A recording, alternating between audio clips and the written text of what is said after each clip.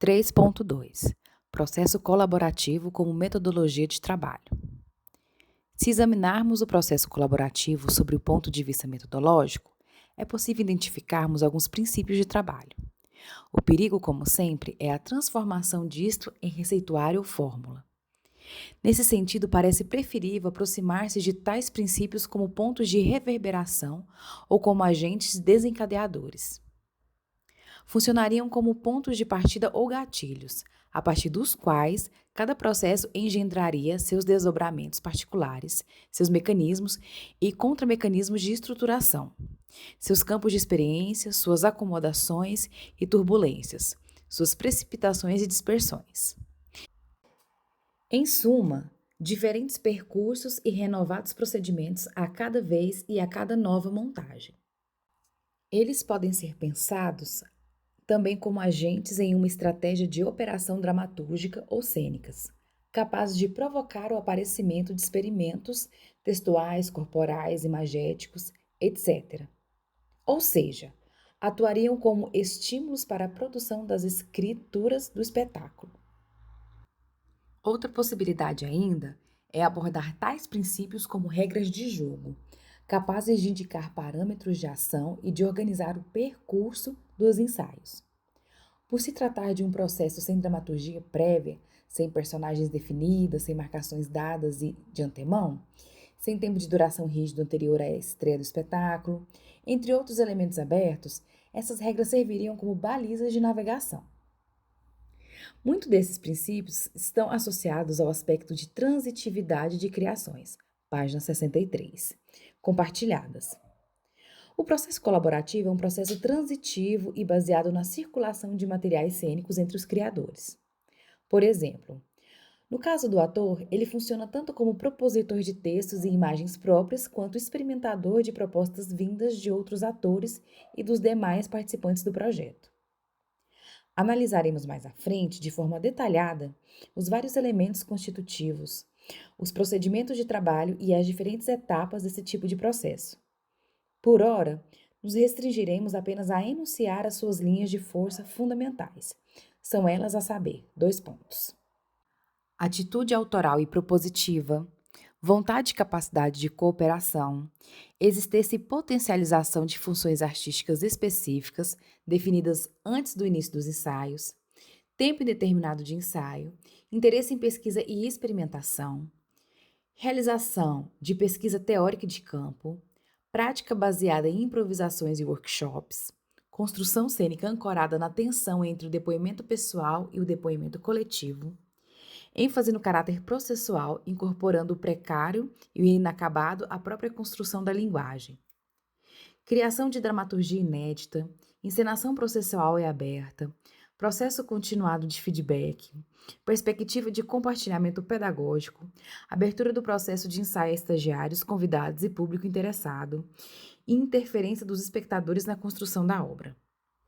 3.3 Processo colaborativo como modo de produção. O processo colaborativo não se restringe apenas ao âmbito da criação. Ele pode ser pensado como uma forma de organização de gestão coletiva de tipo cooperativo. Isso quer dizer que as decisões fundamentais relacionadas à estrutura organizacional, administração, controle financeiro, direção de produção, passam pelo crivo e pela deliberação grupal. Desde questões simples, como gastos com papelaria e gráfica para a confecção de projetos, até o aluguel de uma sede para a companhia ou a aceitação de um convite para a turnê. Tudo passa por discussões internas do coletivo. A divisão de cachês também é acordada conjuntamente e, salvo exceções, os valores não privilegiam funções. Ou seja, tanto o dramaturgo, o diretor, os atores ou os outros colaboradores recebem a mesma quantia. Tal divisão é sempre rediscutida e redefinida a cada novo trabalho, não existindo um padrão imutável de distribuição a ser seguido. Por detrás deste sistema cooperativado, encontra-se um projeto de valorização equânime de todos os integrantes do grupo. As funções, como já dissemos, são mantidas, porém, nenhuma delas é tratada como mais importante do que outra, Ou, para sermos mais precisos, ainda que haja momentos onde uma determinada função tenha preponderância ou destaque, no cômputo final a contribuição de todos se equipara. E isto é o que deve ser valorizado, inclusive monetariamente.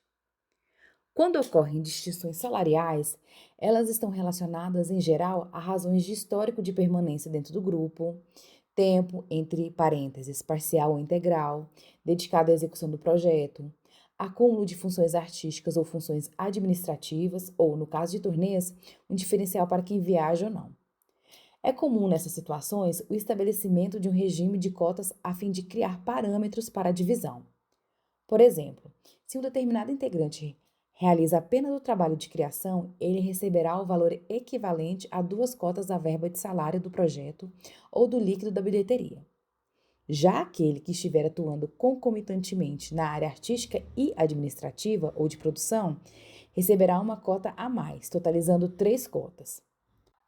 Outra distinção que também ocorre é aquela entre cachês, relativos aos artistas e colaboradores técnicos ligados ao grupo, e salários, relativos às contribuições artísticas e técnicas pontuais, sendo que os primeiros são, sempre que possível, de montante superior aos segundos. Aliás, ainda que o fechamento do borderô ou os gastos projetados na planilha de produção sejam executados por um administrador ou produtor, especialmente contratado para esse fim, periodicamente ocorre uma prestação de contas por parte dele para todo o grupo. Portanto, o que ocorre em um processo dessa natureza, como também ocorreu na criação coletiva, é o controle e a socialização dos meios de produção por parte dos integrantes do coletivo.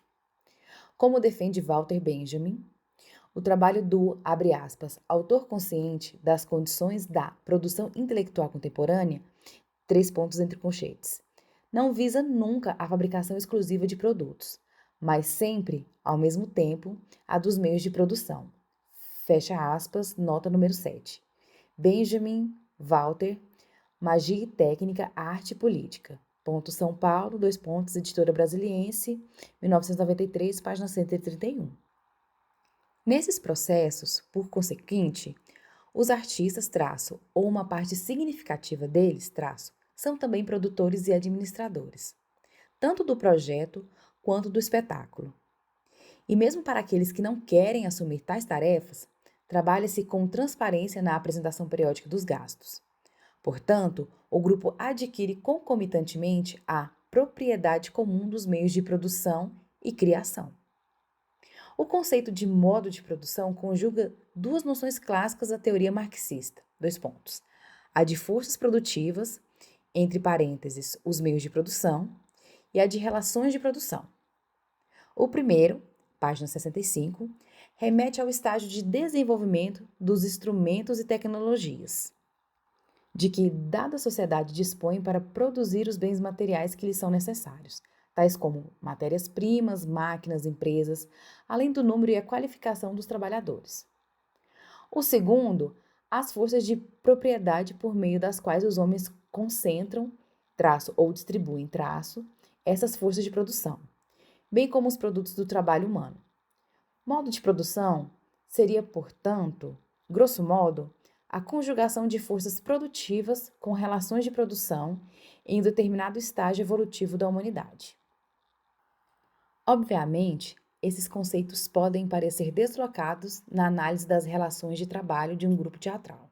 Haja vista que a análise marxista focava preponderantemente a produção concreta de mercadorias, e não de bens simbólicos.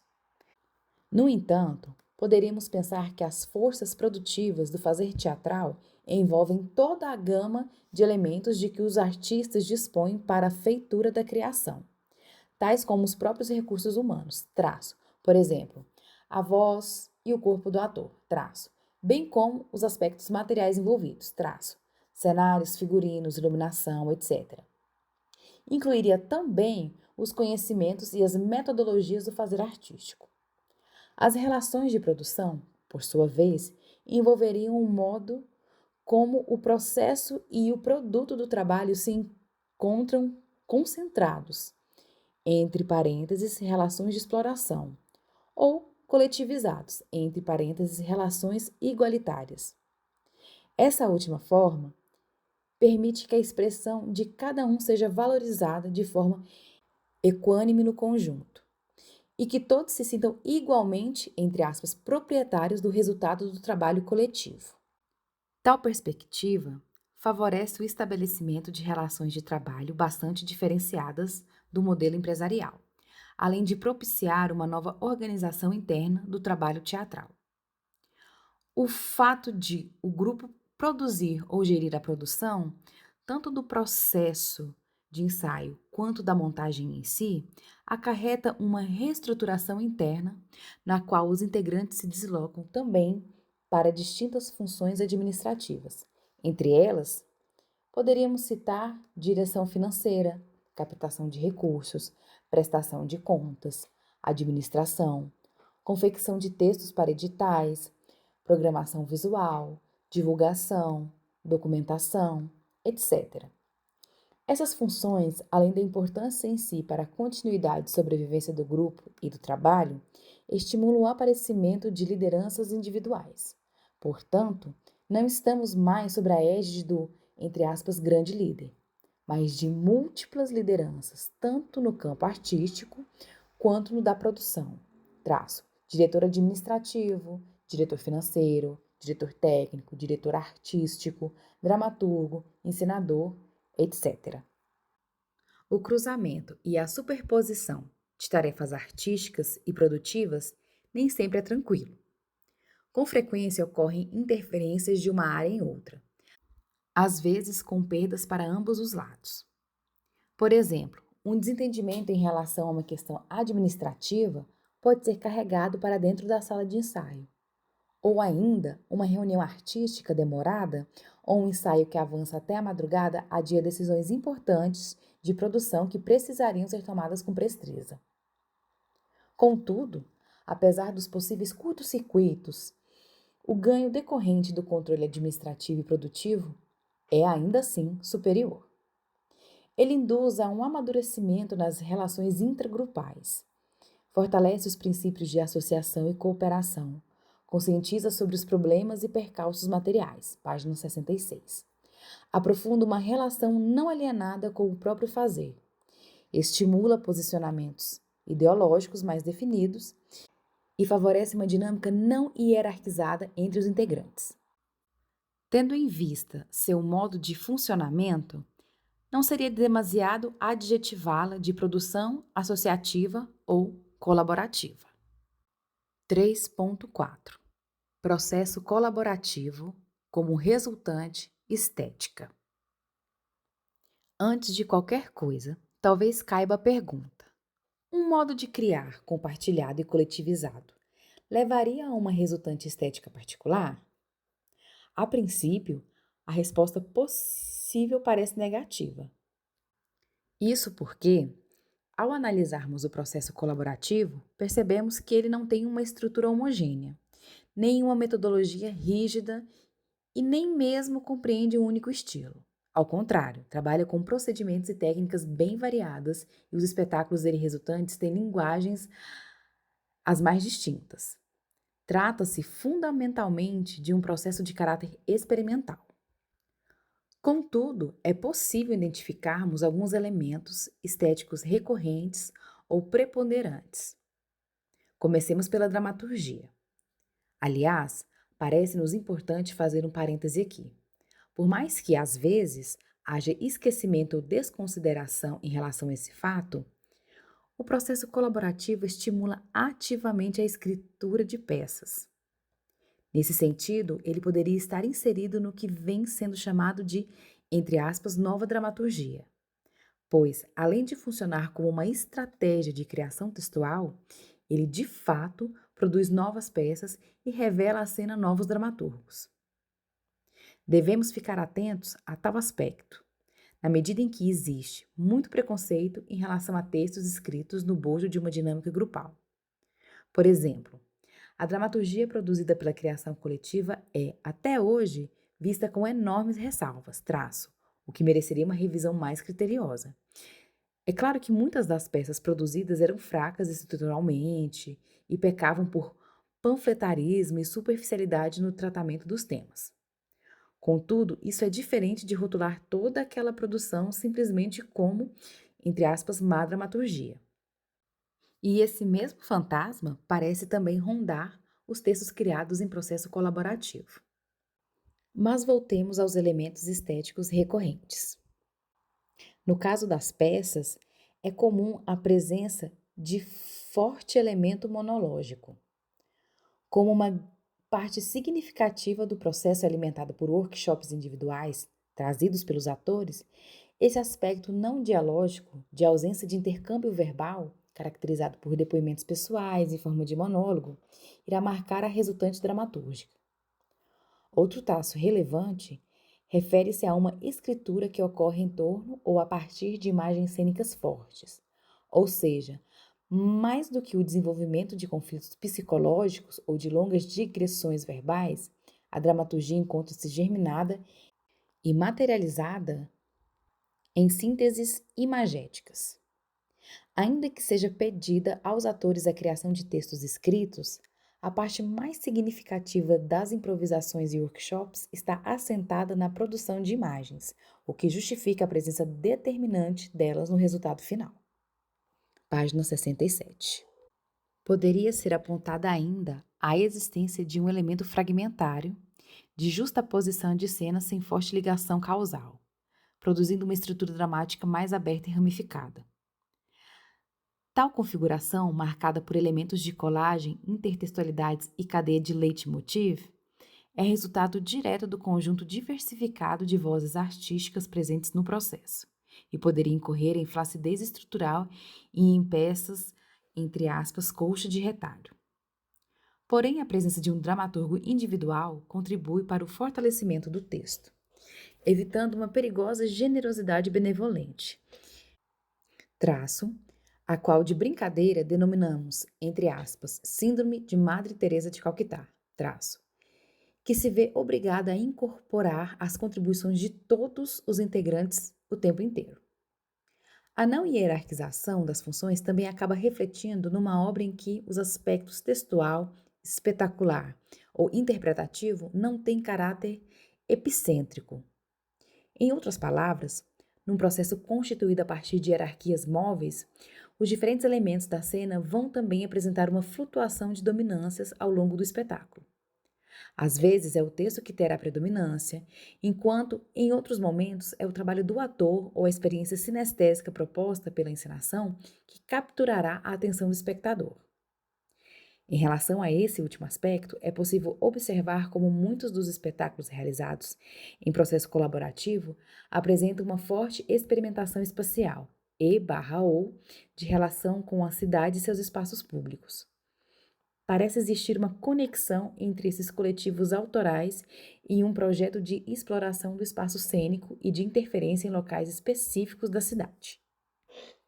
Apesar de não haver uma relação direta entre a dinâmica interna desse tipo de processo com o projeto de ocupação urbana, alguns elementos podem ser identificados. O fato de os integrantes do grupo trazerem seus problemas e interesses para os ensaios, como material de criação, parece contaminar o trabalho com questões ligadas à vida na cidade. Além disso, muitos desses grupos têm suas sedes em bairros específicos, entre parênteses, Bexiga, Vila Maria, Zélia, Barra Funda, Luz, etc. O que provoca uma interação cotidiana com o entorno desses locais. Aliada a essa conjuntura, as constantes atividades pedagógicas realizadas pelos artistas com a população local trazem para o âmago da companhia depoimentos, histórias e questões a ela concernentes.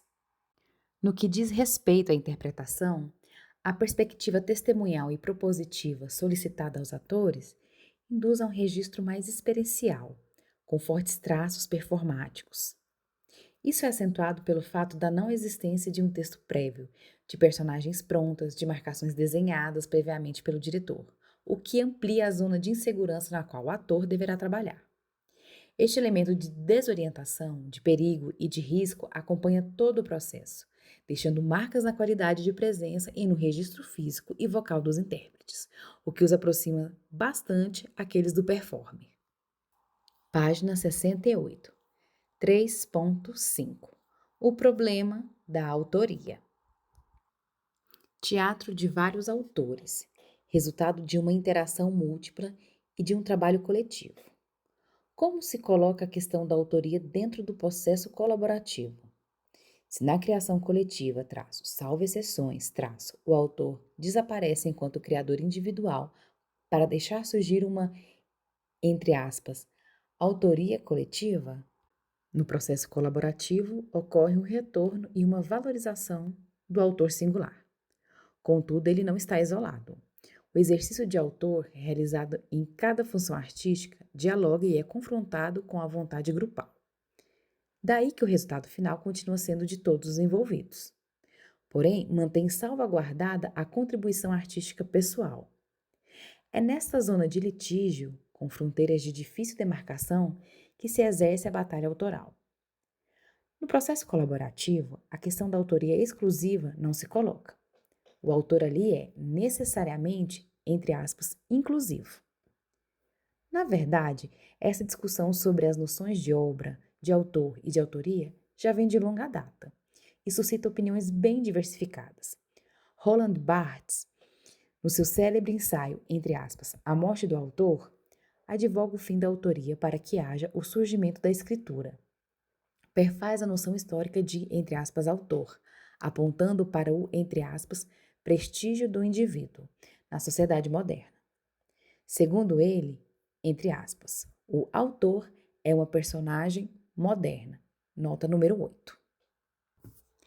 Barthes, Roland, O Rumor da Língua. São Paulo, Martins Fontes, 2004, página 58. É, nesse período, o aparecimento de uma leitura crítica da obra que a enxerga apenas como a voz de uma única e só pessoa. Barthes invoca Mallarmé na associação entre aspas, autor e, entre aspas, proprietário, e concorda com a sua opinião de que, entre aspas, é a linguagem que fala, não o autor. Nota número 9, Ibid. p.59. Propõe também uma distinção entre aspas, autor e escritor, entre aspas.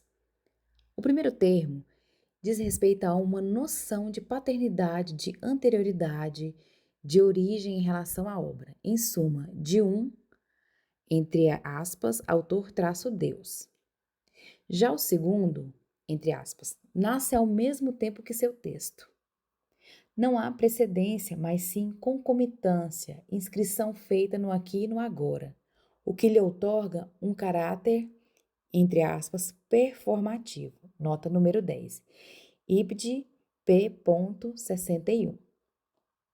Se não podemos nos esquecer do momento em que esse ensaio foi escrito, 1968, e nem de sua ressonância contextual com o período da criação coletiva, por outro lado, devemos ter em mente que a questão chave defendida por Barthes para a morte do autor tem como alvo o fortalecimento do leitor. É aí que se encontra o ponto nefrálgico de sua discussão sobre a autoria. Não é à toa que seu texto se encerra com a célebre frase, entre aspas, o nascimento do leitor deve pagar-se com a morte do autor. Nota número 11, Ibid. p.64.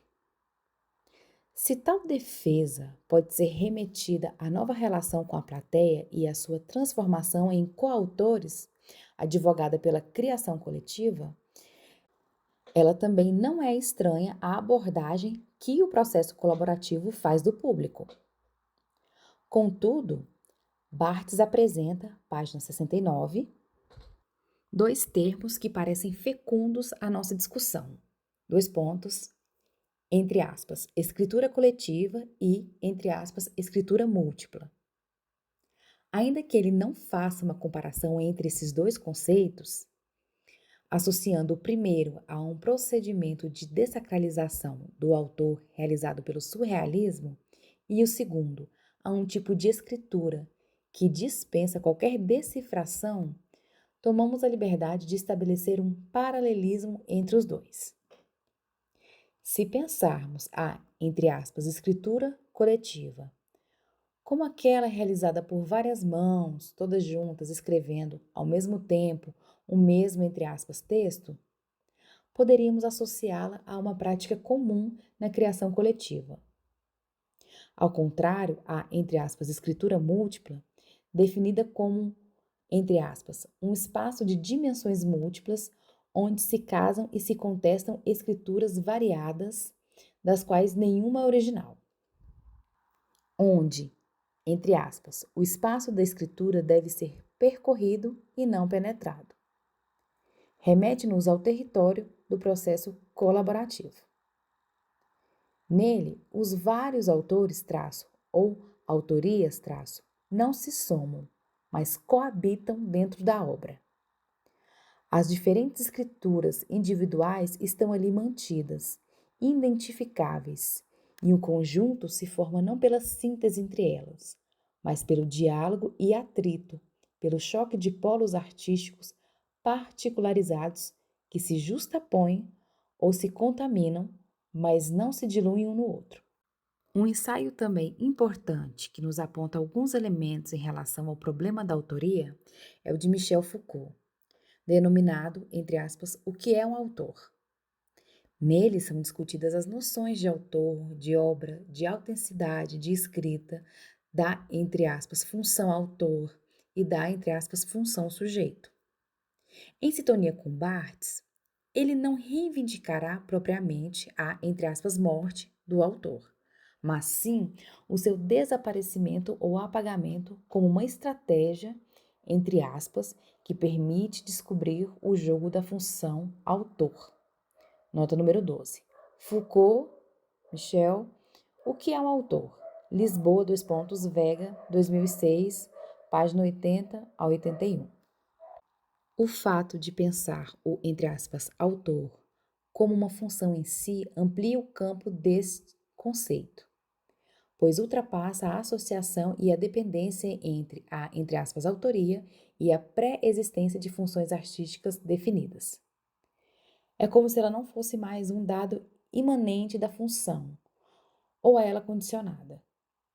Foucault, ao abolir a subordinação entre esses dois termos, nos faz pensar a função autor como um aspecto anterior e comum a todas as funções artísticas individualizadas. Aliás, ele problematiza a questão da individualidade na autoria, ao afirmar que, entre aspas, a palavra obra e a unidade que ela designa são provavelmente tão problemáticas como a individualidade do autor. Nota número 13. Ibid. P. 39. Por exemplo, em que medida ela não comportaria em si uma pluralidade de, entre aspas, eus. Além disso, ele afirma que o, entre aspas, nome de autor serve para caracterizar um certo modo de ser do discurso. Nota 14. Ibid. P. 45. E apresenta alguns critérios que agrupam obras distintas sobre a mesma autoria individual. Entre aspas, homogeneidade, entre aspas, filiação, entre aspas, mútua autenticação, entre aspas, explicação recíproca e, entre aspas, utilização concomitante. Se nos utilizássemos de tais critérios, página 70, perceberíamos a sua funcionalidade, tanto para a autoria individual quanto coletiva. Ou seja, poderíamos empregá-los, por exemplo, tanto para a autora individual, Cláudia Chápira, como para o autor coletivo, Núcleo Bartolomeu de Depoimentos. Chama a atenção, também, a afirmação de Foucault de que teria sido a crítica literária a responsável pela construção da, entre aspas, forma autor. Essa ideia da autoria como um construto, como um, entre aspas, artefato, como uma operação, nos estimula a refletir sobre como tal construção de autorias se dá no processo colaborativo. Se, por exemplo, na criação coletiva, o apagamento do autor poderia provocar uma Autoria individual fraca, lacunar, cheia de fissuras, traço, o que é diferente de não autoria, traço. A fim de maximizar a autoria coletiva, no processo colaborativo procura-se conjugar autorias individuais, fortes, capazes de propiciar ou potencializar uma autoria coletiva também forte. Ou seja, todos são autores e coautores simultaneamente. Trata-se de construções ou operações distintas, traço, ambas com bons e maus resultados. Nesse sentido, parece-nos um equívoco reduzir a autoria no processo colaborativo a uma mera organização do material apresentado. A não ser, é claro, que se expanda o entendimento da noção de, entre aspas, organização, aliando a ela uma atitude construtiva e criadora, traço, e não apenas uma simples arrumação. O artista aqui não é só um disciplinador, um faxineiro ou um guarda de trânsito. Ao contrário, ele cria um conceito e articula um discurso que nasce das várias contribuições recebidas. A autoria não se dá por filtragem, traço, noção que implica um alto grau de passividade, traço, mas por uma construção conceitual e uma reelaboração da matéria cênica compartilhada, ainda que, por vezes, isso possa significar apenas um simples arranjo ou uma pequena incisão. Outro elemento a ser destacado é que, segundo Foucault, a, entre aspas, função autor produziria um discurso caracterizado como um objeto de apropriação ou como um, entre aspas, bem preso num circuito de propriedades. Nota número 15. Foucault, o que é um autor? P. 47. Tal condição traz à tona, consequentemente, questões relativas aos direitos de autor. E daí a pergunta: como eles se colocam dentro de uma dinâmica grupal? Tomando como referência o relato de outras companhias e a experiência do Teatro da Vertigem, a questão do direito de autor está presente, porém nunca aparece como um impedimento ao processo ou à vida do espetáculo.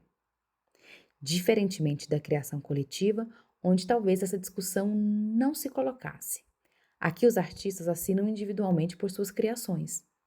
Portanto, além das autorizações legais cabíveis, entre parênteses, CIBAT, ECAD, etc., e da correta menção no material de divulgação e no programa, o artista se vê, traço, utilizando a noção Foucaultiana, traço, como o, entre aspas, proprietário daquela sua área específica de criação.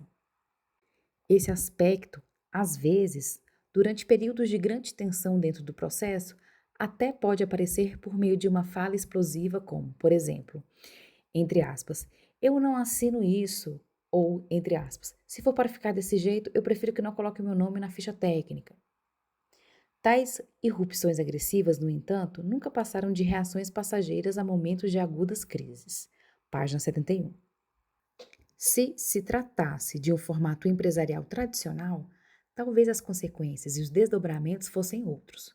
Porém, no processo colaborativo, o fato de a autoria individual estar sempre sendo estimulada pelo diálogo com as proposições e interferências do grupo todo, a demarcação rígida dos direitos de criador fica relativizada. Nota 16. Na opinião de Abreu, por exemplo, abre aspas. Num processo de criação compartilhada, não há muito espaço para minha cena, meu texto, minha ideia. Tudo é jogado numa arena comum e examinado, confrontado e debatido, até o estabelecimento de um acordo entre os criadores. É claro que esse acordo não significa reduzir a criação ao senso comum, nem transformar o vigor da criação artística num acordo de cavalheiros. É um acordo tenso, precário, sujeito muitas vezes a constantes reavaliações durante o percurso. Fecha aspas, abre parênteses, IN dois pontos, Abreu, L.A. Processo colaborativo. Relato e reflexões sobre uma experiência de criação. Página 36, fecha parênteses. Aliás, como já vimos, não se trata apenas de uma dinâmica de estímulos e retroalimentações. há de fato a incorporação de sugestões e formalizações oriundas dos outros membros da companhia, no corpus da criação individual. Essa autoria que se dá, ainda que não exclusivamente, por mecanismos de apropriação, torna altamente problemática uma atitude de proibição ou veto à exibição da obra individual. Na verdade, uma explicação para isso se encontra no fato de se tratar de uma obra individual, sim, porém impregnada de impressões digitais alheias, criada em diálogo e em interdependência com uma obra grupal. No caso da encenação, por exemplo, seria um contrassenso advogar tais direitos, tamanhas são as contribuições sugeridas por toda a equipe.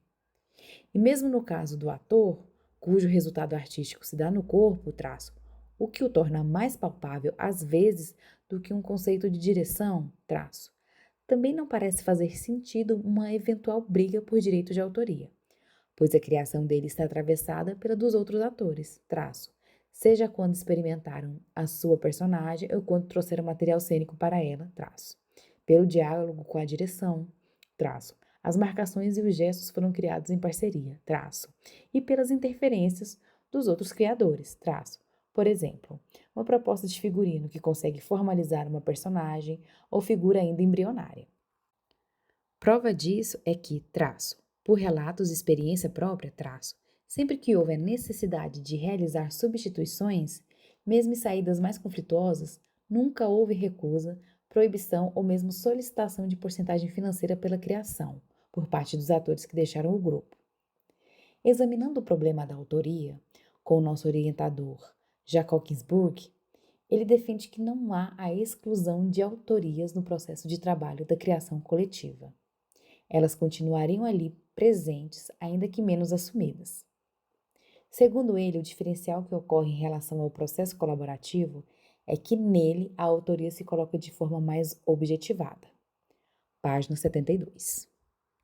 Além disso, tanto em um quanto em outro, a atividade autoral ocorre em todas as etapas da criação, desde a definição do conceito até a finalização das apresentações públicas. A distinção, no caso da criação coletiva, dizia respeito à recusa ou à dificuldade com a autonomia de uma atitude autoral individual. Se quiséssemos ampliar ainda mais essa discussão, precisaríamos refletir sobre como o papel da internet vai desestabilizar e propor uma nova perspectiva sobre o problema da autoria. Compartilhamento de dados, blogs, sites, cujos textos e imagens podem ser reconfigurados por cada usuário que ali navegar, são alguns exemplos da ampliação de perspectiva sobre o lugar da autoria no contexto atual. Segundo Jean-Louis Lebroff, entre colchetes. A estabilidade das noções de autor e de propriedade intelectual foi, entre colchetes novamente, submetida a outra investida com a aparição das grandes bases de dados textuais e das experiências da biblioteca eletrônica. Em pouco tempo, será possível dispor de um intertexto ilimitado, com o qual o usuário poderá jogar, entrelaçando empréstimos e comentários, praticando colagem e plagiato, inventando caminhos não lineares. Nota número 17. Zular,R.org. Criação em processo. Ensaios de crítica genética. São Paulo, Iluminuras, 2002, página 117.